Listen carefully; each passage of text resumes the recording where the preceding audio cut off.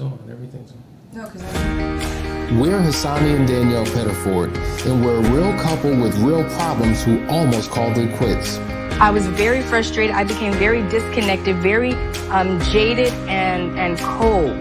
We have 4 children, going on 20 years of marriage, and we practice what we preach. Our mission, to change the way couples relate to one another and teach them the skills needed to improve the quality of their relationships.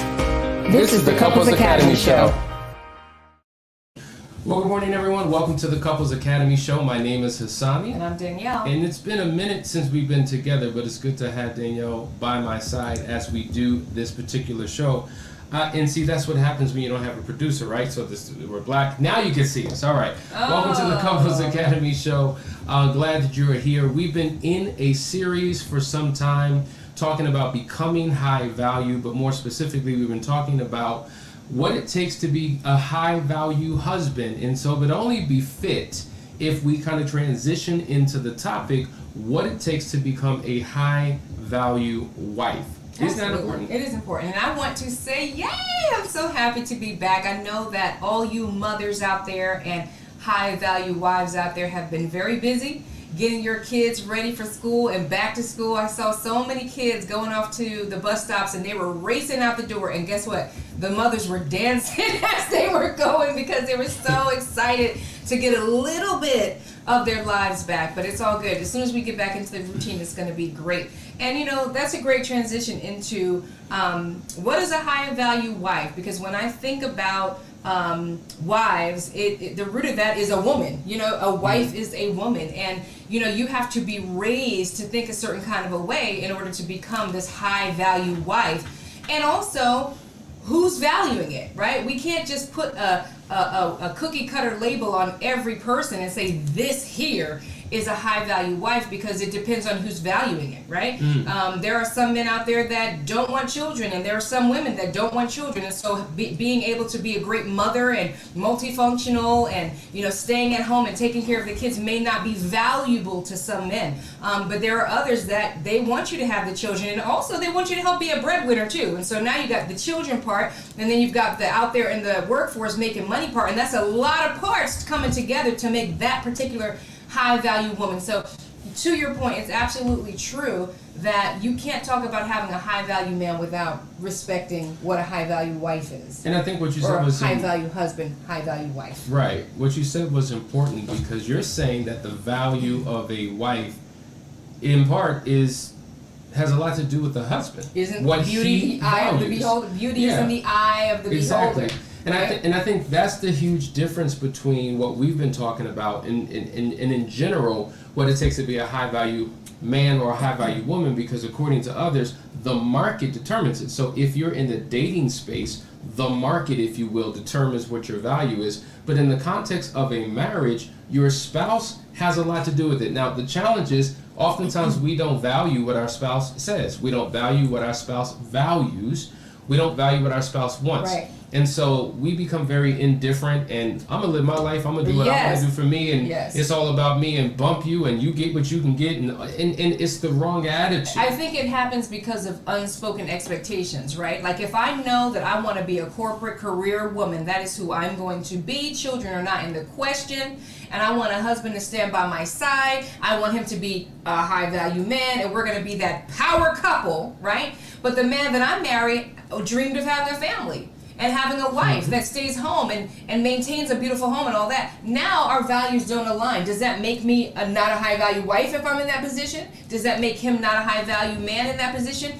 Possibly you could say yes, because I'm not valuing that. That's not what I value. And I think that's what we have to define. I mean, we got a list here that we'll go through, but you've got to look at what your needs and desires are, what your focus is, your goals, your purpose are, and determine what is valuable for you. Yeah, and we say this all the time. It's about having a shared value system, a relational code of ethics. So how many of you have sat down with your spouse and had a conversation where you actually articulated or verbalized your expectations for each other prior to getting married and within the confines of your marriage. Oftentimes couples don't do that. So he feels some type of way about what you should be doing, you know, in the household. You feel some type of way about what he should be doing in the household. And the only time you talk about it is in your frustration, when you're in the midst of an argument, where you put all these demands, sometimes requests, but demands on your partner for what they need to be doing. But you didn't have a work day meeting where you kind of spelled it out and set clear expectations and talked about what you two wanted as a couple. And until you do that, there's always going to be this disconnect between the two of you. And so we were talking about a high value man or husband.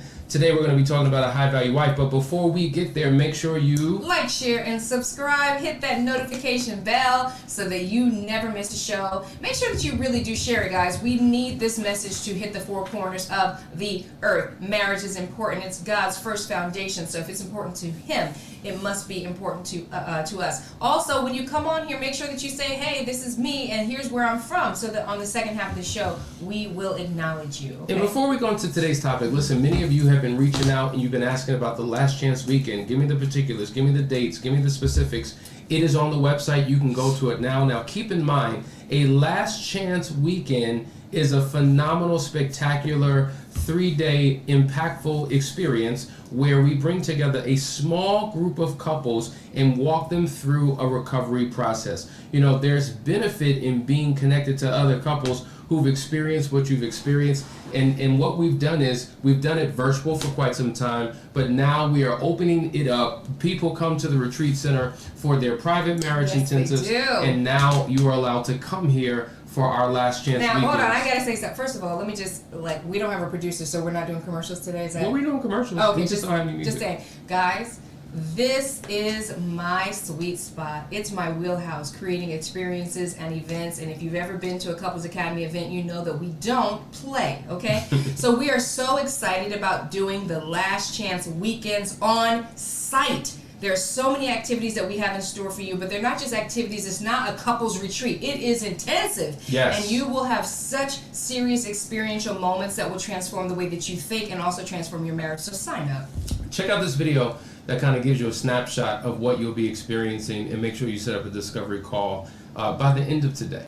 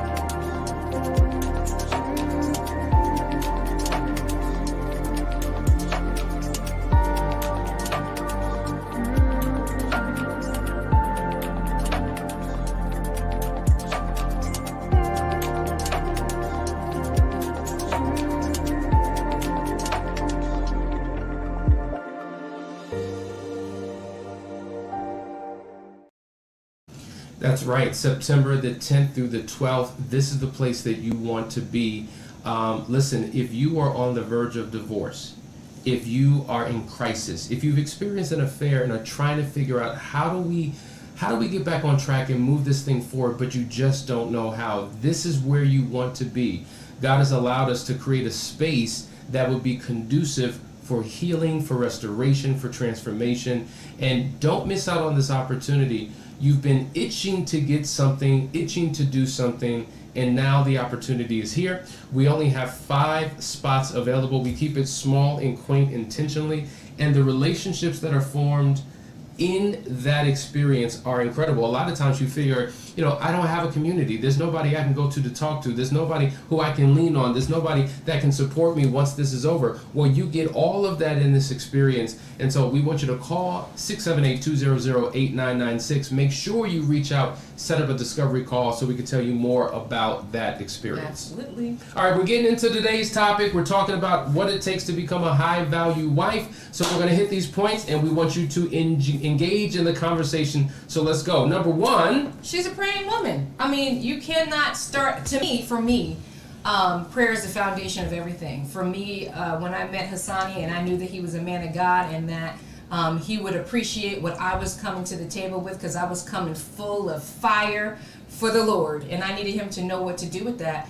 And he didn't even know that it was a gift to be a praying woman, a praying wife. And so when you have that relationship with the Lord, he opens up your eyes and helps you to have eagle eyes for not just your husband, but for your children and for your family in general. He'll begin to show you things ahead of time, and you'll know things, and you'll be able to be preemptive, which is really important to me. I like to be on the preemptive side of things. And so when you have a wife that will pray for you, through your rough times, when you are down, when you are acting a fool, when she's actually done with you, when it's over for her in her heart, and she is still praying for you, because at the end of the day, at the very least, I still want your relationship with God to be right. That is a high-value woman. Absolutely. Now, many of you can attest to the power of prayer, because we've known all along that the prayer of a mother or the prayers of my grandmother as a child carried you through into adulthood. They pray for your safety, your protection. They pray for all types of things. But when you enter into a marriage, that should not stop. Now you're partnering with someone else. Not only are you soulmates, you're spiritual mates as well. And when you can wrap your relationship in prayer, I'm telling you. Well, your prayer life intensifies after marriage. Oh. I mean, it literally, because the things that you pray about before marriage is more so, I hope things go well in the marriage and let us get married. But when you get into the marriage, that's when the storm starts, right? That's when the boat is rocking heavy. And so if you have a wife that already has a foundation that's deep and steeped in prayer, whoa, I mean, you have a powerful sail on that rocking boat, because she knows how to pray you through the storm. Sometimes our husbands don't always know the answer. Tell us, honey, you don't always know the answer. You don't always know the answer, husband. You're right, and neither do you. Okay. That's why you're praying. You're right on. And but we go straight to the Father. Hold on now. He done said a word, and if Natty was here Yeah. producing, we would have dropped a bomb. And neither do we, wives. But when you are a praying wife, you know how to go get those answers. Straight up and down. And that's the foundation that you want to build. That's the fortitude that you want to have as a wife and as a husband, and that makes you high value. And if you're talking about prayer, you're talking about relationship with the one you're praying to. Like, you can't just say a prayer only when you're in desperation, only when you're in need, but you don't have relationship. And if you have relationship, it means that God is the foundation, the crux, and the core of your relationship. God becomes the glue that binds you two together, because truth be told, you will get caught up in your ego, in your pride. Your flesh will rise up. You will think you have all the answers. But when you become submitted to God, see, when you're praying for your spouse, God will give you insight on how to show up for your spouse. But God will also give you insight on what you need to do within yourself, right? And so this is what we're talking about. Couples who have God in their marriage are the ones who have the most potential to succeed. They do. They are the most successful. And listen, guys, we work with couples who have no faith tradition, who don't believe in God. And it's not to say that their relationships can't be successful. No, that's not true. Many of them are. But when you are in crisis, sometimes you need to rely on something beyond your intellect, beyond your wisdom, beyond your particular, I don't know, ideological, philosophical views. You need something or someone else to carry you through. And that makes me think about faith. See, we should have said praying and faithful, because faith and prayer aren't the same thing, This right? is so true. So let's go ahead and put faith on the back of that praying wife thing, because you need to have faith in something outside yourself sometimes. Sometimes you are depleted, you don't have it anymore. And that goes for both of you. You are done, you are down and out. But when you have faith, that's your anchor, and that pulls you up. And having faith is different from praying, because I can pray some very unfaithful prayers. That's so true. You can pray in the negative, you can pray backwards prayers, right? That actually dig you deeper into the ditch. Or if you have faith, those prayers will pull you out of the ditch, because you're anchoring it to something bigger and higher than you. So we just have to put that faith piece on there. So the power of prayer and the power of a praying wife, that's actually a phenomenal book that kind of guides you through how to particularly pray for your husband. So if you've never heard of that, go on Amazon and get that today. And if you have that, that's foundational for a high value wife. Listen, we're going to cover a bunch more, but we're going to go to a quick break. So stay right there. Engage in the conversation. We want to hear from you. Be right back.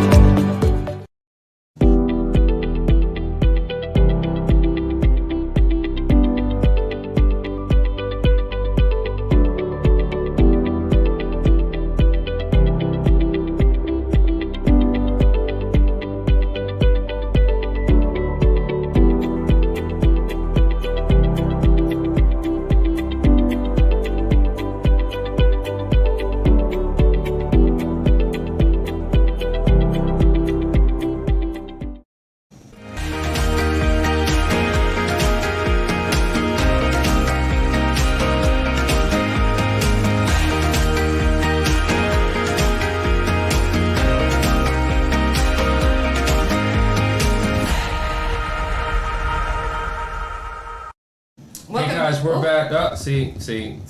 See what happens when we don't have our producer. Oh, see what goes down, but we're gonna fix that in a second. Boom! It's like magic. All right. Okay, guys. I want to welcome everybody to the show. Thank you for joining us every day, making sure that you do like, share, and subscribe, and hit that notification bell while you're watching us. I just want to say good morning to Jody from PA. We got B. O'Neill. He's watching in Louisiana, or she's watching in Louisiana. Debbie from Topeka, Kansas. Stacy is also in Topeka, Kansas. Rick from Michigan. Lolita, good morning. You're welcome. We enjoy helping you. Pam from Houston. Debbie from Topeka, Kansas. Topeka, Kansas is in the house. Torre, good morning. Rowena from Singapore. Oh, it's the evening. That's interesting. Charmaine in Trinidad. Good morning. Ms. Jewel, good morning from Allentown, Pennsylvania. Hey, Jewel. Hey, girl. Ronald Clark, good morning. There's so many of you guys. Thank you for joining us. Ladidra, can't miss you, girl. Dallas, Texas is joining us. Carmel from Chicago. Linda, Ralph, Ohio. Good morning, good morning, good morning. It goes on and on. And let me acknowledge RDS. I see you. You did send me an email. Thank you for that. I'm going to reach out to you so we can talk further about that. Thank you, man. Yeah, and hey, JG, I haven't seen you in a bit, but good morning from Las Vegas. All right, and Fedlina, I don't want to leave you out, from Las Vegas. Guys, let's jump back into the topic. We're talking about a high-value wife. I keep saying woman because we got this high-value man and high-value woman thing going on, and there's so many holes in those stories. I couldn't take it anymore. We were like, I got with Hassan, and we were like, we gotta say something. But you know, because people are out here lost talking about high value. But you know what's interesting? Mm-hmm. You know, we were talking about Kevin Samuels and how he has this very narrow way of defining a high value man, and it would apply to anybody who's an employee, a business owner. There's nothing relational about it. Mm-hmm. There's no value system attached to it. But when you listen to how he defines a high-value woman, I actually agree with it. Let's hear it. And it's deep because it has everything to do with value and character. Well, interestingly enough, what a hypocrisy here. Mm. So number one, attractive and appealing, right? So that's the same thing for a man. Number two, comforting and has character. Number three, disciplined and discerning. Number four, enthusiastic and exuberant. Number five, loyal and liberating. Now, isn't that interesting? Wow. So in society, according to him, the standards and the expectations of what makes you high value for a woman are different than what makes you high value for a man. So as long as he's making money and has a network, he can do whatever he wants, say whatever he wants, have at it whenever he wants. But a woman has to walk a tightrope of character and integrity. Both men and women should be walking a tightrope of character and integrity, but you see how there's a huge difference. Yeah, it's a huge gap, and I think the biggest issue with that is that, you know, those characteristics are great, right? But it also leaves so much of her off the table. So much of what God instilled in a woman is left out and looked at as not value. You know, like, we don't value that you are hardworking and have worked very hard and got your degrees to be able to have the career that affords a certain kind of lifestyle. Like, that's not valued in that thinking, right? Making money isn't valuable, but that's valuable to many women and wives out here. Like, there are a lot of wives out here that are holding both things down, and they actually want to be acknowledged for their hard work. So I do think that we need to balance the conversation, and we need to bring more character in to when we're talking about somebody being high value, which I don't even like the term high value when it comes to talking about people. But since we're doing that, I think we need to bring some more character in. So let's go to the next one. She knows how to edify and build up her husband. Now, I think he was kind of saying that, right, because she's pleasing and loyal or something like that. Right. But to me, a wife, a high-value wife, a valuable wife, a great wife, knows how to edify her husband. I say this, I've been saying this for years, that we are like dirt bodies. Miles Monroe used to talk about this, right? And our bodies are like gardens full of seeds. We came here full of seeds, and those seeds represent our potential, right? But just like there are seeds in us, deep within us, there are also seeds for good crop. There are also seeds for weeds, right? The negative crop. That's the stuff that we didn't ask for, but we got those negative things. And a really high valuable wife knows how to speak to the good seeds, the ones that are going to produce a phenomenal harvest. She does not waste her words speaking to the weeds, because when you speak to the weeds, you grow those weeds up. So that is high value. Does she know how to hold her tongue at the right time? Does she know when to speak and what to say? Is she a warden over her words? Does she curate her words so that when they go out of her mouth, they don't return to her void, but what they do return to her is a harvest that she desires?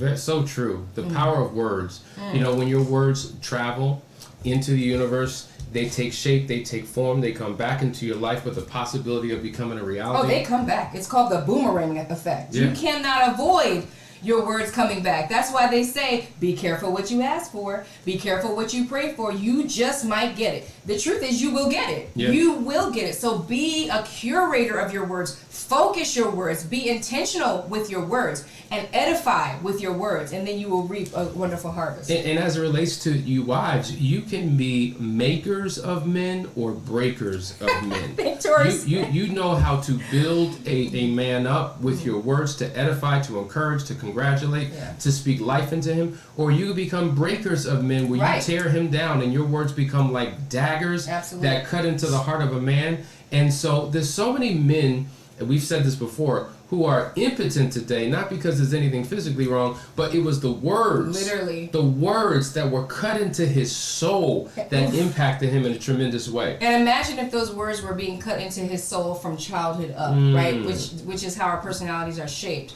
And we often attract to us what wounded us. We often do that. So if you have been abused verbally, you will oftentimes attract somebody who will verbally abuse you because you have not gotten your wholeness and gotten the counseling that you need to restore that part of you. See, I'm going to give you an example of somebody who got to be careful with their words. See, Torre, she's trying to punk us, right? So she's just like, so where's the producer? That was a bomb drop. I know. No, but you're right. We don't have the producer today. Thank you for being patient with us as we go through all these challenges. We miss our producer. But yeah, those words are so critically important, and I can't overemphasize this enough, because one of men's biggest complaints is the talking. Either the nagging, the constant criticism, the yelling, the screaming, the calling me out of my name, telling me I'm not a man. Like, all of that just beats a man There's a scripture. down. There's a scripture. A nagging wife is like a dripping. Let me pull it up. Proverbs 27:15-20. A nagging wife is like the dripping of a leaky roof in a rainstorm. Stopping her is like trying to stop the wind. It's like trying to grab olive oil with your hands. I mean, that's pretty profound. Like, I mean, I know what it sounds like to have rain dripping off of a roof. Remember when we used to live in Costa Rica? The rain hitting that tin roof will make you crazy. Yes. Okay? So that's what the scripture is comparing a wife that does not know how to close her mouth. Yeah. Stop. Doesn't the Bible say that life and death are in the power of the tongue? So you can speak life to your husband, or you can speak death to your husband with your words. Now, it doesn't remove a man's responsibility. He needs to speak life into the life of his wife as well. But we're talking about what makes a high value man, a woman. And I'm telling you, husbands, when we get alone in our own social space and we have conversations, this is one of the biggest areas. Nagging? The biggest areas that they struggle with their wives. Yeah. So for some it's nagging, but some it's those harsh words. Oh, yes. They cut deep, and it's hard to take back. Sticks and stones may break your bones, but names will never harm you is a lie. Sticks and stones can break your bones, but words can kill you. Yes. Words can do what sticks and stones cannot. So please, my wives, let's do it. Not my wives. My sisters. He just has one wife. This is my wife. There I'm it is. the only. There it is. All right, let's go to the next one. She takes care of her appearance. Very, very important. You speak to that, Hassani, because, I mean, you look at me every day. I'm saying, though. But I'm saying. You feeling me? So here's the reality, guys. When you read the book, His Needs, Her Needs by Dr. Willard Harley, he talks about the top 10 emotional needs for men and women. And one of them happens to be an attractive spouse. We are all drawn to things that are beautiful, things that are attractive. As we've said before, when you initiate the relationship, oftentimes it's that physical attraction and the emotional desirability, which is important. It's not just enough. It's not just good enough to initiate the relationship. You want to do your best to maintain it. And so taking care of your face, your body, dressing up, wearing perfume, cologne, whatever it is, you always want to have the eye of your partner. Always. You always want to be dressing up and looking good for them. Not always, not 24 hours a day, but the point is you want to be intentional. You want to care. You want to care about your appearance. I think a lot of times, we get caught up in our business, and we also go through phases too, where we just are busy. We're mothers, we're running around with a little baby, and sometimes we slip in that area. But we got to make sure that we get back to it and we care about that, because there's this idea that, you should just accept me how I am, and you should, and I do, but you should also care about yourself. You should care how you smell, how you come in and approaching me. Don't only get dressed up when company's coming over, because that doesn't prove to me that you care. There it is. Torre says, Jesus, you two are killing it today. Wow. We appreciate you, sis. Also, I want to acknowledge, we got to go. I want to acknowledge Carmel. She asked about the November retreat.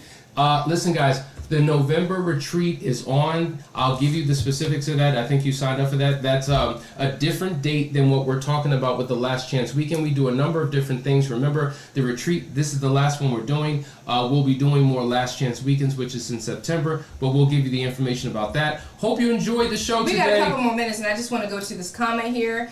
Jewel is saying, when I walk out the house, I'm representing my husband as well. Okay, we do have to go. I wanted to give you that because that's real, and that's a great way to wrap that last point up, that it's not just about you. You are representing your husband when you step outside that door. So put yourself together.